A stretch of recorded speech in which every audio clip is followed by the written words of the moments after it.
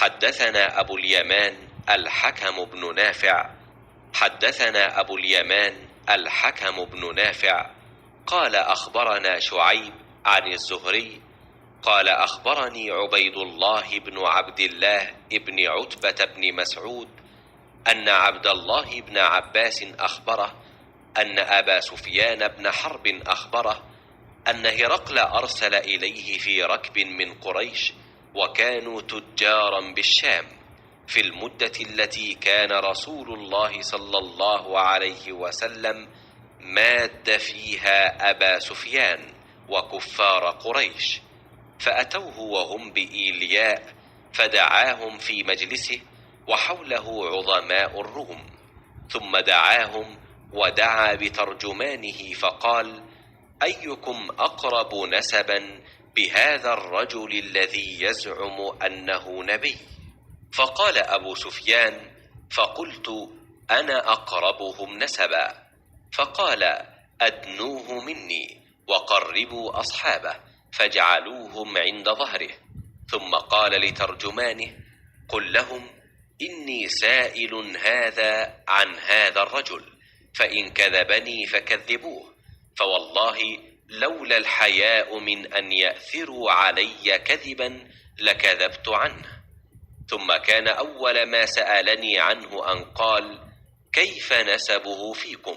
قلت: هو فينا ذو نسب.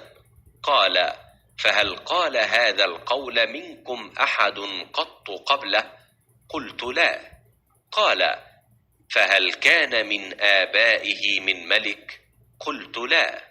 قال: فأشراف الناس يتبعونه أم ضعفاؤهم؟ فقلت: بل ضعفاؤهم. قال: أيزيدون أم ينقصون؟ قلت: بل يزيدون. قال: فهل يرتد أحد منهم سخطة لدينه بعد أن يدخل فيه؟ قلت: لا. قال: فهل كنتم تتهمونه بالكذب قبل أن يقول ما قال؟ قلت: لا. قال: فهل يغدر؟ قلت: لا، ونحن منه في مدة لا ندري ما هو فاعل فيها. قال: ولم تمكنني كلمة أدخل فيها شيئا غير هذه الكلمة. قال: فهل قاتلتموه؟ قلت: نعم. قال: فكيف كان قتالكم إياه؟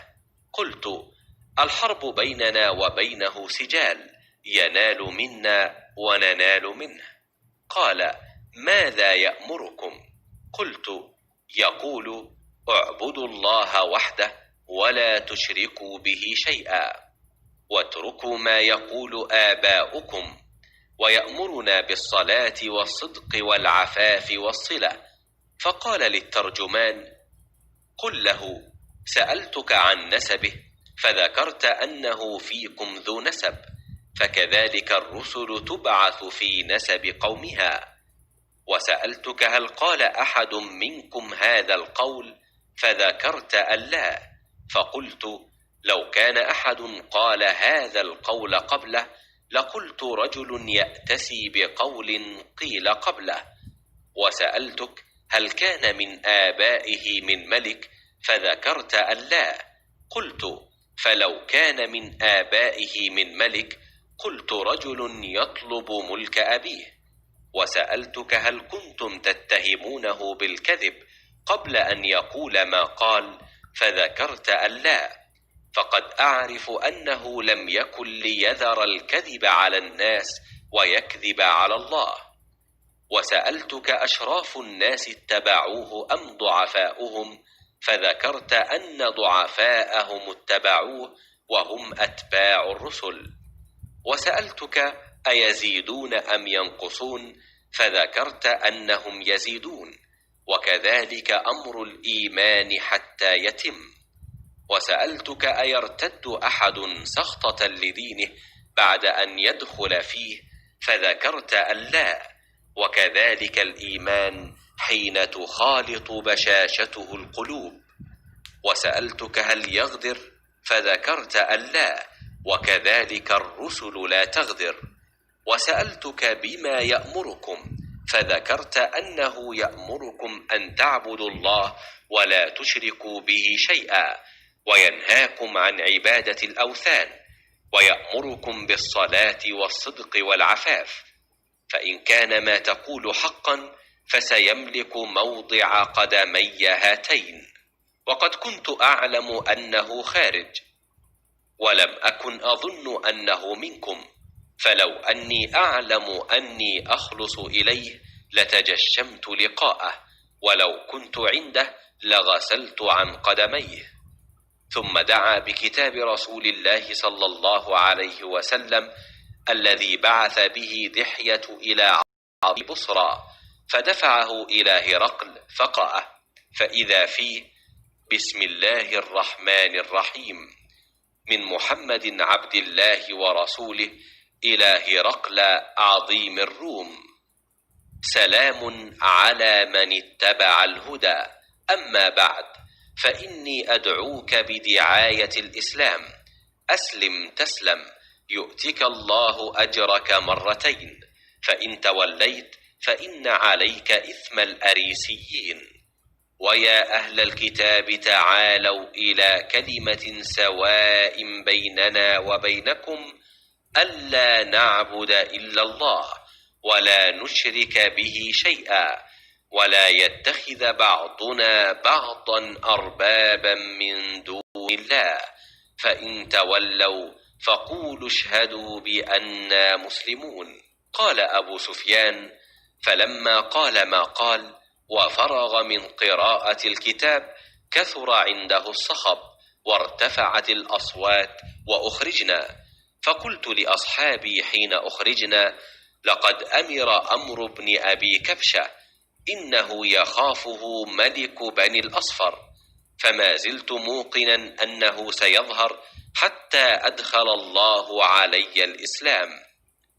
وكان ابن الناطور صاحب إيلياء وهرقل قفا على صار الشام يحدث أن هرقل حين قدم إيلياء أصبح يوما خبيث النفس، فقال بعض بطارقته: قد استنكرنا هيئتك.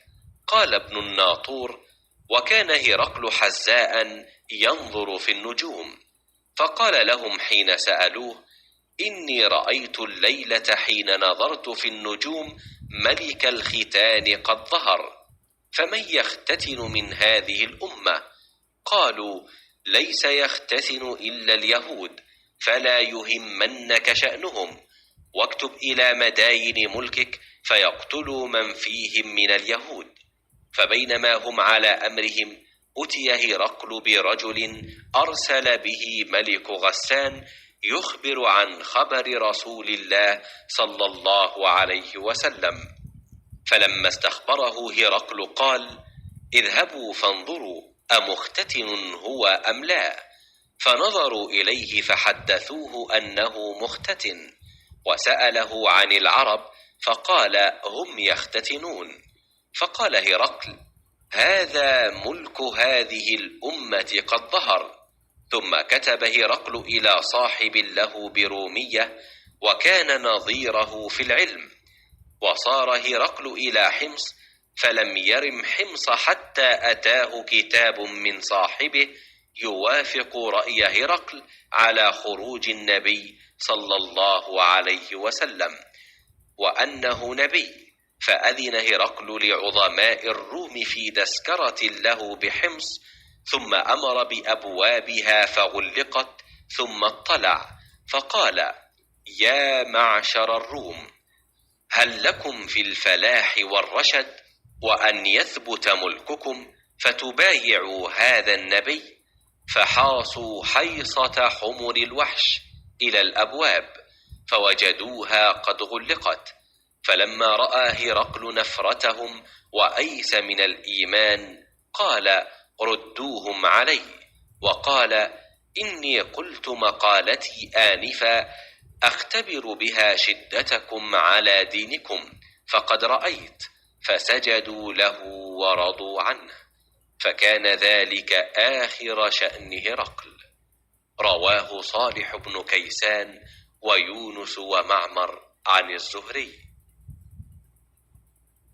ہرقل شاہ روم نے قریش کے قافلے میں ایک آدمی بلانے کو بھیجا، اور اس وقت یہ لوگ تجارت کے لیے ملک شام گئے ہوئے تھے، اور یہ وہ زمانہ تھا جب رسول اللہ صلی اللہ علیہ وسلم نے قریش اور ابو سفیان سے ایک وقتی عہد کیا ہوا تھا۔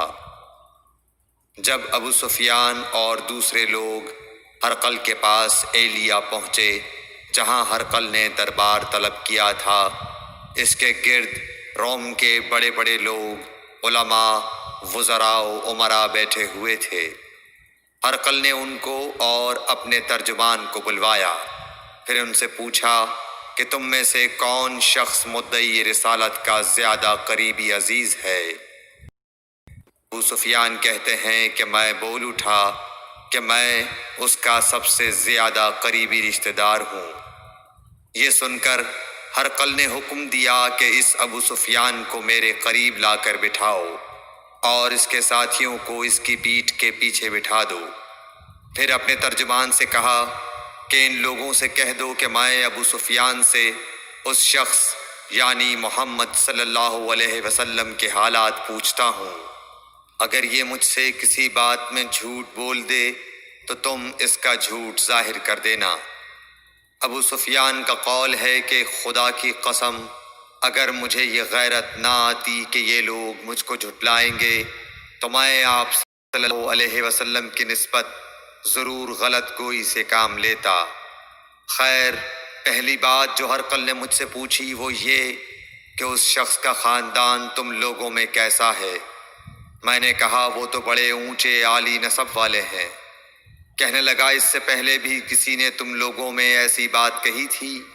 میں نے کہا نہیں۔ کہنے لگا اچھا اس کے بڑوں میں کوئی بادشاہ ہوا ہے؟ میں نے کہا نہیں۔ پھر اس نے کہا بڑے لوگوں نے اس کی پیروی اختیار کی ہے یا کمزوروں نے؟ میں نے کہا نہیں، کمزوروں نے۔ پھر کہنے لگا اس کے تابعدار روز بڑھتے جاتے ہیں یا کوئی ساتھی پھر بھی جاتا ہے؟ میں نے کہا نہیں۔ کہنے لگا کیا اپنے اس دعویٰ نبوت سے پہلے کبھی کسی بھی موقع پر اس نے جھوٹ بولا ہے؟ میں نے کہا نہیں، اور اب ہماری اس سے صلح کی ایک مقررہ مدت ٹھہری ہوئی ہے، معلوم نہیں وہ اس میں کیا کرنے والا ہے۔ ابو سفیان کہتے ہیں میں اس بات کے سوا اور کوئی جھوٹ اس گفتگو میں شامل نہ کر سکا۔ ہرقل نے کہا کیا تمہاری اس سے کبھی لڑائی بھی ہوئی ہے؟ ہم نے کہا کہ ہاں۔ بولا پھر تمہاری اور اس کی جنگ کا کیا حال ہوتا ہے؟ میں نے کہا لڑائی ڈول کی طرح ہے، کبھی وہ ہم سے میدان جنگ جیت لیتے ہیں اور کبھی ہم ان سے جیت لیتے ہیں۔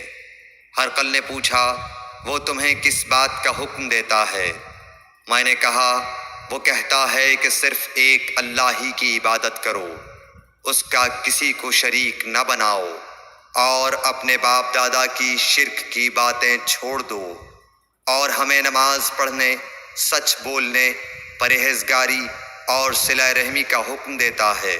یہ سب سن کر پھر ہرقل نے اپنے ترجمان سے کہا کہ ابو سفیان سے کہہ دے کہ میں نے تم سے اس کا نسب پوچھا تو تم نے کہا کہ وہ ہم سے عالی نسب ہے، اور پیغمبر اپنی قوم میں عالی نسب ہی بھیجے جایا کرتے ہیں۔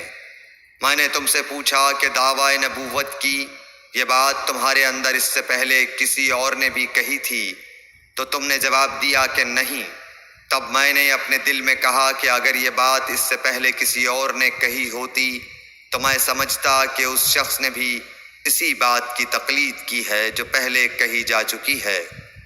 میں نے تم سے پوچھا کہ اس کے بڑوں میں کوئی بادشاہ بھی گزرا ہے تو تم نے کہا کہ نہیں۔ تو میں نے دل میں کہا کہ ان کے بزرگوں میں سے کوئی بادشاہ ہوا ہوگا تو کہہ دوں گا کہ وہ شخص اس بہانے اپنے آباء و اجداد کی بادشاہت اور ان کا ملک دوبارہ حاصل کرنا چاہتا ہے۔ اور میں نے تم سے پوچھا کہ اس بات کے کہنے یعنی پیغمبری کا دعویٰ کرنے سے پہلے تم نے کبھی اس کو دروغ گوئی کا الزام لگایا ہے؟ تم نے کہا کہ نہیں۔ تو میں نے سمجھ لیا کہ جو شخص آدمیوں کے ساتھ دروغ گوئی سے بچے وہ اللہ کے بارے میں کیسے جھوٹی بات کہہ سکتا ہے۔ اور میں نے تم سے پوچھا کہ بڑے لوگ اس کے پیرو ہوتے ہیں یا کمزور آدمی؟ تم نے کہا کمزوروں نے اس کی اتباع کی ہے۔ تو دراصل یہی لوگ پیغمبروں کے متبعین ہوتے ہیں۔ اور میں نے تم سے پوچھا کہ اس کے ساتھی بڑھ رہے ہیں یا کم ہو رہے ہیں؟ تم نے کہا کہ وہ بڑھ رہے ہیں، اور ایمان کی کیفیت یہی ہوتی ہے حتیٰ کہ وہ کامل ہو جاتا ہے۔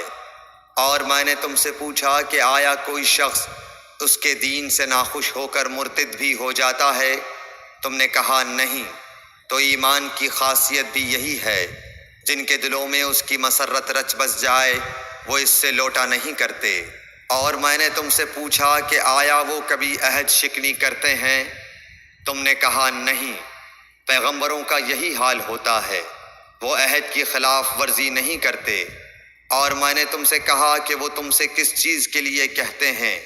تم نے کہا کہ وہ ہمیں حکم دیتے ہیں کہ اللہ کی عبادت کرو، اس کے ساتھ کسی کو شریک نہ ٹھہراؤ، اور تمہیں بتوں کی پرستش سے روکتے ہیں، سچ بولنے اور پرہیزگاری کا حکم دیتے ہیں۔ لہٰذا اگر یہ باتیں جو تم کہہ رہے ہو سچ ہیں تو ان قریب وہ اس جگہ کا مالک ہو جائے گا کہ جہاں میرے یہ دونوں پاؤں ہیں۔ مجھے معلوم تھا کہ وہ پیغمبر آنے والا ہے، مگر مجھے یہ معلوم نہیں تھا کہ وہ تمہارے اندر ہوگا۔ اگر میں جانتا کہ اس تک پہنچ سکوں گا تو اس سے ملنے کے لیے ہر تکلیف گوارا کرتا۔ اگر میں اس کے پاس ہوتا تو اس کے پاؤں دھوتا۔ ہرقل نے رسول اللہ صلی اللہ علیہ وسلم کا وہ خط منگایا جو آپ نے وحیہ کلبی رضی اللہ تعالیٰ عنہ کے ذریعے حاکم بصرہ کے پاس بھیجا تھا، اور اس نے وہ ہرقل کے پاس بھیج دیا تھا۔ پھر اس کو پڑھا تو اس میں لکھا تھا، اللہ کے نام کے ساتھ جو نہایت مہربان اور رحم والا ہے۔ اللہ کے بندے اور اس کے پیغمبر محمد صلی اللہ علیہ وسلم کی طرف سے یہ خط ہے شاہ روم کے لیے۔ اس شخص پر سلام ہو جو ہدایت کی پیروی کرے۔ اس کے بعد میں آپ کے سامنے دعوت اسلام پیش کرتا ہوں۔ اگر آپ اسلام لے آئیں گے تو دین و دنیا میں سلامتی نصیب ہوگی، اللہ آپ کو دوہرا ثواب دے گا۔ اور اگر آپ میری دعوت سے روگردانی کریں گے تو آپ کی رعایا کا گناہ بھی آپ ہی پر ہوگا۔ اور اے اہل کتاب، ایک ایسی بات پر آ جاؤ جو ہمارے اور تمہارے درمیان یکساں ہے، وہ یہ کہ ہم اللہ کے سوا کسی کی عبادت نہ کریں اور کسی کو اس کا شریک نہ ٹھہرائیں، اور نہ ہم میں سے کوئی کسی کو خدا کے سوا اپنا رب بنائے۔ پھر اگر وہ اہل کتاب اس کتاب سے منہ پھیر لیں تو مسلمانوں، تم ان سے کہہ دو کہ تم مانو یا نہ مانو، ہم ایک خدا کے اطاعت گزار ہیں۔ ابو سفیان کہتے ہیں، جب ہرقل نے جو کچھ کہنا تھا کہہ دیا اور خط پڑھ کر فارغ ہوا تو اس کے ارد گرد بہت شور و غوغا ہوا، بہت سی آوازیں اٹھیں اور ہمیں باہر نکال دیا گیا۔ تب میں نے اپنے ساتھیوں سے کہا کہ ابو کبشہ کے بیٹے حضرت صلی اللہ علیہ وسلم کا معاملہ تو بہت بڑھ گیا۔ دیکھو تو اس سے بنی اصفر روم کا بادشاہ بھی ڈرتا ہے۔ مجھے اس وقت سے اس بات کا یقین ہو گیا کہ حضور صلی اللہ علیہ وسلم ان قریب غالب ہو کر رہیں گے، حتیٰ کہ اللہ نے مجھے مسلمان کر دیا۔ راوی کا بیان ہے کہ ابن ایلیا کا حاکم ہرقل کا مصاحب اور شام کے نصارہ کا لاٹ پادری بیان کرتا تھا کہ ہرقل جب ایلیا آیا ایک دن صبح کو پریشان اٹھا تو اس کے درباریوں نے دریافت کیا کہ آج ہم آپ کی حالت بدلی ہوئی پاتے ہیں، کیا وجہ ہے؟ ابن ناطور کا بیان ہے کہ ہرقل نجومی تھا، علم نجوم میں وہ پوری مہارت رکھتا تھا۔ اس نے اپنے ہم نشینوں کو بتایا کہ میں نے آج رات ستاروں پر نظر ڈالی تو دیکھا کہ ختنہ کرنے والوں کا بادشاہ ہمارے ملک پر غالب آ گیا ہے۔ بھلا اس زمانے میں کون لوگ ختنہ کرتے ہیں؟ انہوں نے کہا کہ یہود کے سوا کوئی ختنہ نہیں کرتا، سو ان کی وجہ سے پریشان نہ ہوں۔ سلطنت کے تمام شہروں میں یہ حکم لکھ بھیجیے کہ وہاں جتنے یہودی ہوں سب قتل کر دیے جائیں۔ وہ لوگ انہی باتوں میں مشغول تھے کہ ہرقل کے پاس ایک آدمی لایا گیا جسے شاہ غسان نے بھیجا تھا۔ اس نے رسول اللہ صلی اللہ علیہ وسلم کے حالات بیان کیے۔ جب ہرقل نے سارے حالات سن لیے تو کہا کہ جا کر دیکھو وہ ختنہ کیے ہوئے ہے یا نہیں۔ انہوں نے اسے دیکھا تو بتلایا کہ وہ ختنہ کیا ہوا ہے۔ ہرقل نے جب اس شخص سے عرب کے بارے میں پوچھا تو اس نے بتلایا کہ وہ ختنہ کرتے ہیں۔ تب ہرقل نے کہا کہ یہی محمد صلی اللہ علیہ وسلم اس امت کے بادشاہ ہیں جو پیدا ہو چکے ہیں۔ پھر اس نے اپنے ایک دوست کو رومیہ خط لکھا اور وہ بھی علم نجوم میں ہرقل کی طرح ماہر تھا۔ پھر وہاں سے ہرقل حمص چلا گیا۔ ابھی حمص سے نکلا نہیں تھا کہ اس کے دوست کا خط اس کے جواب میں آ گیا۔ اس کی رائے بھی حضور صلی اللہ علیہ وسلم کے ظہور کے بارے میں ہرقل کے موافق تھی کہ محمد صلی اللہ علیہ وسلم واقعی پیغمبر ہیں۔ اس کے بعد ہرقل نے روم کے بڑے آدمیوں کو اپنے حمص کے محل میں طلب کیا اور اس کے حکم سے محل کے دروازے بند کر لیے گئے۔ پھر وہ اپنے خاص محل سے باہر آیا اور کہا، اے روم والو، کیا ہدایت اور کامیابی میں کچھ حصہ تمہارے لیے بھی ہے؟ اگر تم اپنی سلطنت کی بقا چاہتے ہو تو پھر اس نبی صلی اللہ علیہ وسلم کی بیعت کر لو اور مسلمان ہو جاؤ۔ یہ سننا تھا کہ پھر لوگ وحشی گدھوں کی طرح دروازوں کی طرف دوڑے مگر انہیں بند پایا۔ آخر جب ہرقل نے اس بات سے ان کی یہ نفرت دیکھی اور ان کے ایمان لانے سے مایوس ہو گیا تو کہنے لگا کہ ان لوگوں کو میرے پاس لاؤ۔ جب وہ دوبارہ آئے تو اس نے کہا، میں نے جو بات کہی تھی اس سے تمہاری دینی پختگی کی آزمائش مقصود تھی، سو وہ میں نے دیکھ لی۔ تب یہ بات سن کر وہ سب کے سب اس کے سامنے سجدے میں گر پڑے اور اس سے خوش ہو گئے۔ بالآخر ہرقل کی آخری حالت یہی رہی۔ صحیح بخاری حدیث نمبر 7۔